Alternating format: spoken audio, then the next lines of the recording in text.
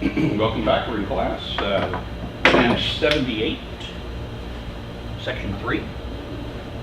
Questions, we'll start with 23. The issue presented. The answer to which one of the following questions would be most useful to know in order to evaluate the reasoning in the business person's argument. So, piece of information not in the argument that would be helpful in evaluating the argument itself. Slash mark after word meeting, slash mark after word time. I'm ready. Business person. Because the parking area directly in front of the building was closed for maintenance today, I was late to my meeting. Stop for just a second. That is the cause. So nothing else is the cause. The cause of this is that the parking area was, that it was closed for maintenance is the reason that this person was late. Okay. If the maintenance had been done on a different day, I would have gotten to the meeting on time. To stop there, well, okay. But then there's an assumption here, right? Which is the assumption is that if the maintenance had been done on a different day, he'd be able to get a parking space. You know, either there or someplace nearer. Okay. Final sentence. After finding out that I could not park in that area, it took me 15 minutes to find an available parking spot, making me a few minutes late. Okay. So the argument is the parking area being closed was the cause of my being late. Had that work been done on a different day, I would have gotten to the meeting on time. But you get there's an implicit assumption there, right? Meaning if it had been done on a different day, some other parking spot would have opened up that was not available on the day the maintenance was being done. Okay. So what's going to help me evaluate this? A, what were the reasons for performing maintenance on the parking area directly in front of the building on that particular day? Who cares what the reasons were for the maintenance? We just want to evaluate, we want to help evaluate whether or not this guy was late because the maintenance was being done on that day, not why it was being done. B, were any other of the meeting attendees also late to the meeting because they had difficulty finding parking? Well, that really doesn't help us. I mean, I guess you could say on the edges that would create a presumption, or say, you know, he wasn't alone. But it's really not about the other people. It's about this is why he was late, so not why other people were late. C. What are the parking patterns in the building's vicinity on days when the parking area in front of the building is open? Yeah, that would help us. What if the parking patterns were that even when there was no maintenance being done, there were no spots available. Any closer to the spot he actually ended up getting. So if we knew how the parking patterns, what they were when there was no maintenance, that would absolutely be helpful. D, does the business person have a tendency to be late? That's not relevant. The only relevant here is, was this the cause of this being late, the maintenance?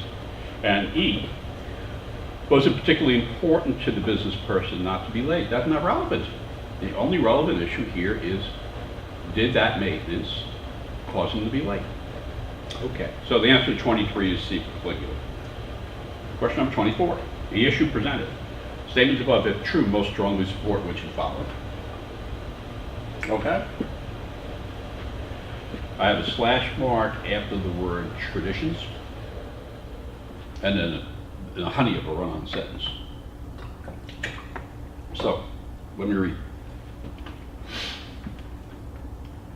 For a work to be rightly thought of as world literature, it must be received and interpreted within the writer's own tradition and within external national traditions. Just stop. So, you know, that's statutory construction. That you got to have I and too little I. I got to have both of those things. National tradition is I, right? External national conditions are too little I. And you need both of those to have a piece of world literature. Got it. A work counts as being interpreted within national traditions. So now you're sending me into what constitutes a national tradition, not necessarily an external national tradition. So let's see what we got here. But a work counts as being interpreted within a national tradition if authors from that tradition use the work in at least one of three ways. Okay, so we need one of these three elements in order to make this a national tradition.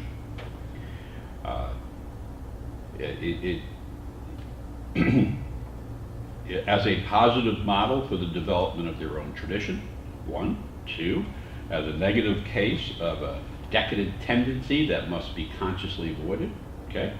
Or as an image of radical otherness that prompts refinement of the home tradition. The words don't matter. Do you get the words don't matter? All you have to look at that and say, okay, in order for this to be interpreted within a national tradition, you have to have A or B or C. And then above that is you have to have, in order to become a piece of world literature, that you need to be interpreted both within your own national tradition and within external national traditions. Okay. A. So what's most strongly supported by that? A work of literature cannot be well received within an external national tradition if it is not well received within the writer's own national tradition. I have no clue whether that's the case or not. B. A work of world literature offers more to readers within external national traditions than it offers to readers within the writer's national tradition. I don't have a clue. C. A work should not be thought of as world literature if it is more meaningful to readers from the writer's national tradition than it is to readers from external national traditions. I mean, these are they just strike me as really poor choices. And I mean, it's a heavy read, but this is not a deep dive on, it's not A or B or C. D.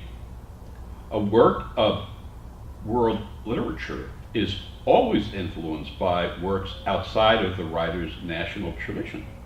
Where does that come from? I mean, the only way you're picking D is you're telling me what you think, and nobody cares what you think. That's not in here. And E. A work is not part of world literature if it affects the development of only one national tradition. I love them. They're evil. So yes, of course that's the answer. It all comes out of that first line. All the reading you did in that second sentence, the run-on sentence, was immaterial to the resolution of this, that it does follow. We were told we had, in order to be thought of as world literature, you had to be received and interpreted within your own national tradition and within external national tradition. And he says a work is not part of world literature if it affects the development of only one national tradition. It must affect at least two. So the answer to number 24 is E for Euphrates. Okay. 25, and again, what you want to think about the issue in 25 is, do you really want to spend the time to do this? The flawed pattern of reasoning in the argument above is most similar to that in which one of the following. So just have a plan, but here we have the luxury of breaking it down. So let's break it down, and then you decide as you prepare, is this really a wise investment of time? Okay, so I'm looking for the pattern, and I have here in my example as flawed. Okay. At Morris University this semester, most of sociology majors are taking intro to social psychology. So here are the sociology majors, right? And then you're saying to me, most of them. So I'll take up a percent, 57%, right? Most of them are taking an intro class. We don't care what the intro class is. The intro to something, right? It's a different class than that. Okay.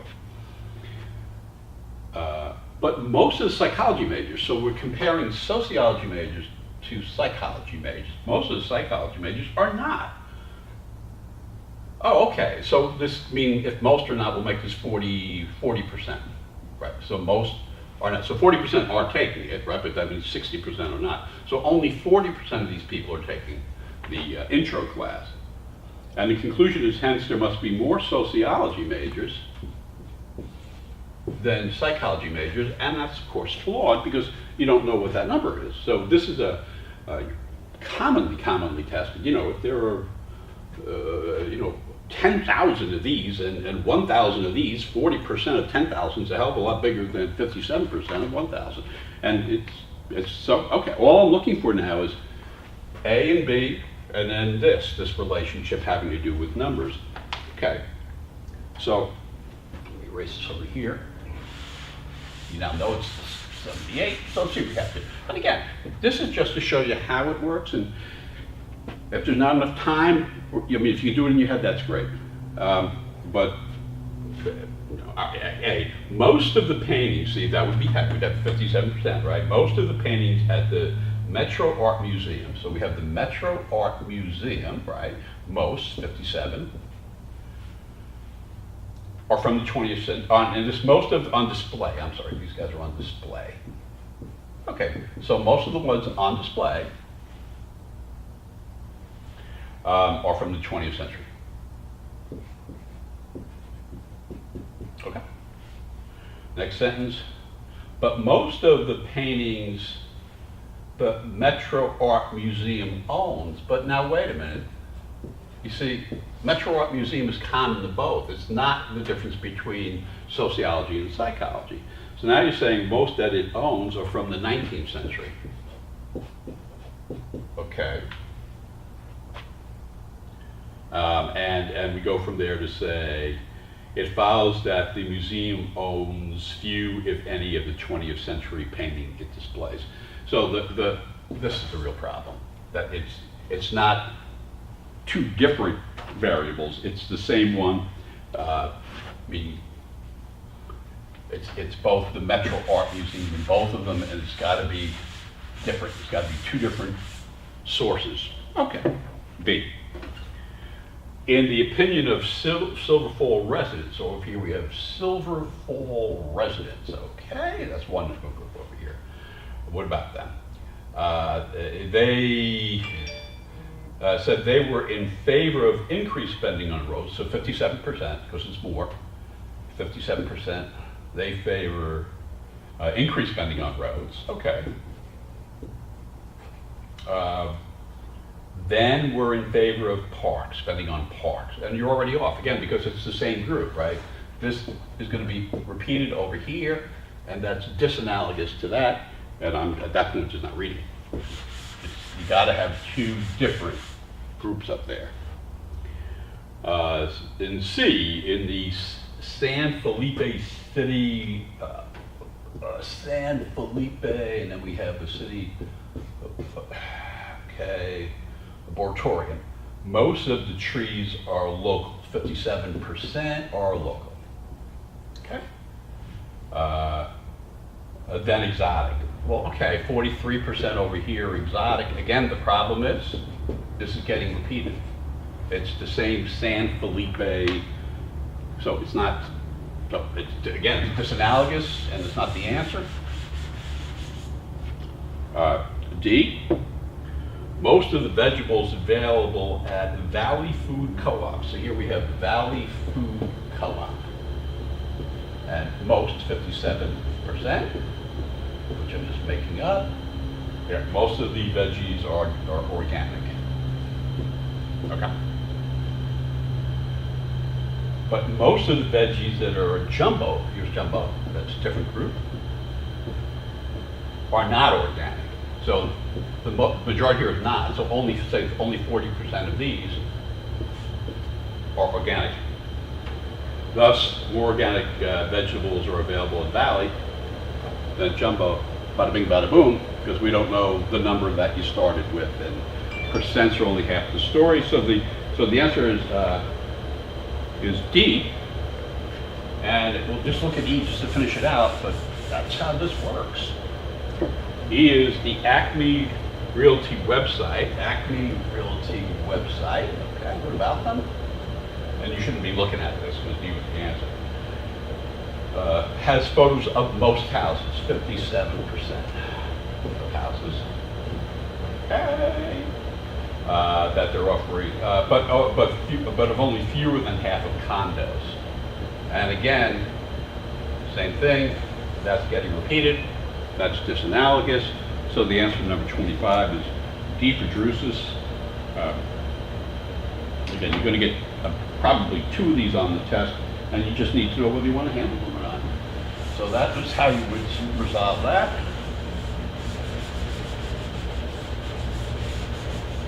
And let's close this puppy out with question number 26, the issue being which one of the following if true most seriously weakens the argument.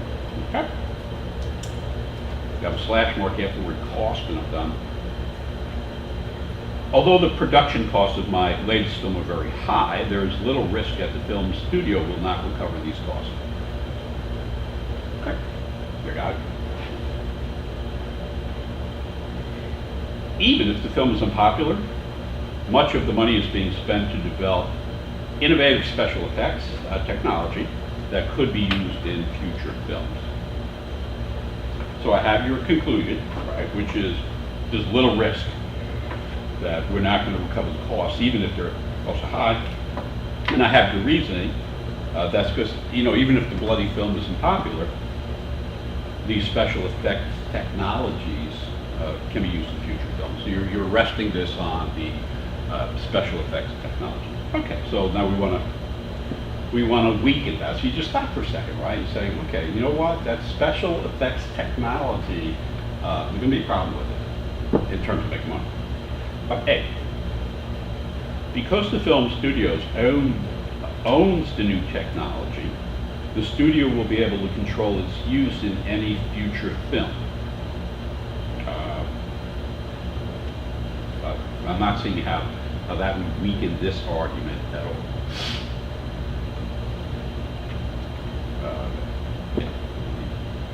You're saying the studio will cover the cost. Now you're saying in A, oh, and by the way, the studio actually owns it and can control it in future films. That's not weakening anything. B, films that introduce innovative special effects technologies generally draw large audiences of people who are curious about the new effects. That's certainly not weakening this argument, that's strengthening this argument. C, the production costs of this film are so high that even if the film is popular, it is unlikely that the film's ticket sales will offset those costs. Okay, but that's not weakening the argument. In other words, he's conceding that the production costs may be quite high. So if you say that the production costs are quite high, and so even if it's popular, it's unlikely to offset the ticket sales. But this argument is the ticket sales aren't the only thing here. It's going to produce this innovative side effect technology, which itself is pretty much guaranteeing it's profitable. If I had no other choice, I would look at C, but it's not really addressing the heart of the argument, which is the special effects technology that's going to save us money. D. In the past, many innovative special effect technologies were abandoned after the films for which they were developed proved to be unpopular. Bada bing, bada boom.